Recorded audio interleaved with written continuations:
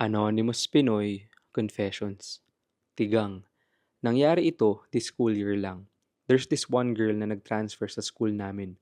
Itago natin siya sa pangalang Pakarat. May itsura siya, maputi, maganda, at kahit may putok, lapitin ng lalaki. Siya yung classmate kong na-rape ng isa kong kaklasing lalaki na itago natin sa pangalang Tigang.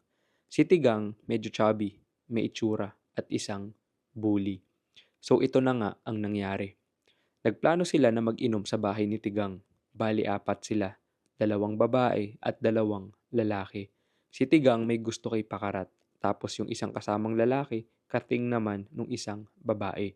So uminom na sila, at si Pakarat ay lasing na at inaantok na. So pumasok na siya sa bahay nila Tigang para matulog. Sinundan ni Tigang si Pakarat sa loob ng bahay, habang yung dalawa pang kasama ay naiwan sa labas. Pagpasok ng dalawa, nakita nila na dinidede at kinakantot na ni Tigang si Pakarat habang wala siyang malay. Ang malala pa nito, binibidyuhan ni Tigang si Pakarat habang binabayo niya ito.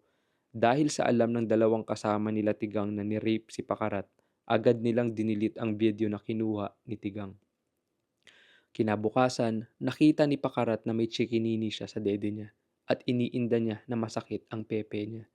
Pero bago pa man yung mangyari, inamin ni Pakarat sa amin na hindi na siya virgin bago pa man siya nag-transfer sa school namin.